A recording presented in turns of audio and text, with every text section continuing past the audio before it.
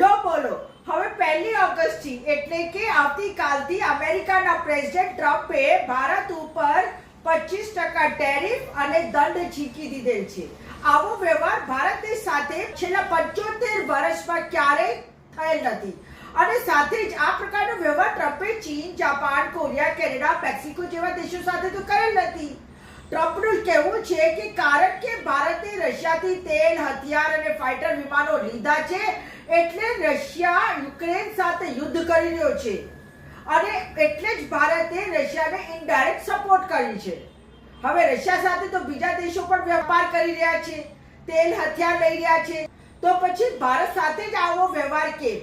બીજી બાજુ આખરે ટ્રમ્પ કોણ છે આપણા ઉપર દંડ ઝીકવા વાળો? શું તે રાજા છે? આપણે તેના ગુલામ છીએ? ભારત તો એક સ્વતંત્ર દેશ છે. આપણે ધારીએ નથી વેપાર કરીએ, તેલ ખરીદીએ કે હથિયાર ખરીદીએ. આ ટ્રમ્પ કોણ છે આપણને રોકવા વાળો?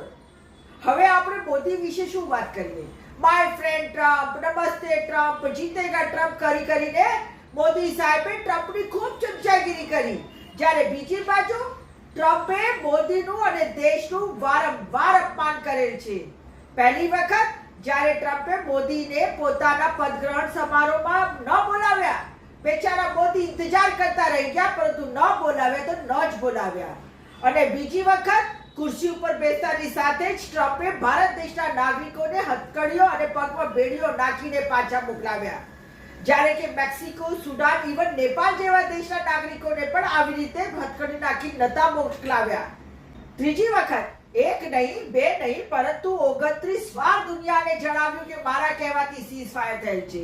અને ચોથી વખત જે પાકિસ્તાન ભારત દેશમાં પોતાના આતંકવાદીઓ મોકલીને દેશને ડિસ્ટર્બ કરે છે, એ જ પાકિસ્તાનના army chief field marshal general Asim મુનીરને વ્હાઇટ હાઉસમાં બોલાવીને માન સન્માન કરીને એની સાથે લંચ કર્યું અને કીધું thanks for not going into war.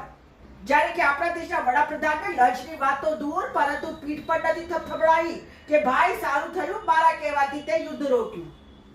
Trump અહીંયા પણ નથી રોકાયા અને હવે દેશ સાથેના વેપાર ઉપર 25% ટેરિફ અને દંડ ઝીકી દીધું છે. ટ્રમ્પની આ ઘોષણા ગઈકાલે થયેલ અને નેતા પ્રતિપક્ષ રાહુલ ગાંધીએ કીધું કે મોદી મોઢું નહીં ખોલે, કારણ કે ટ્રમ્પની પાસે અદાણી સિવાય પણ ઘણું બધું છે મોદીના વિરુદ્ધમાં.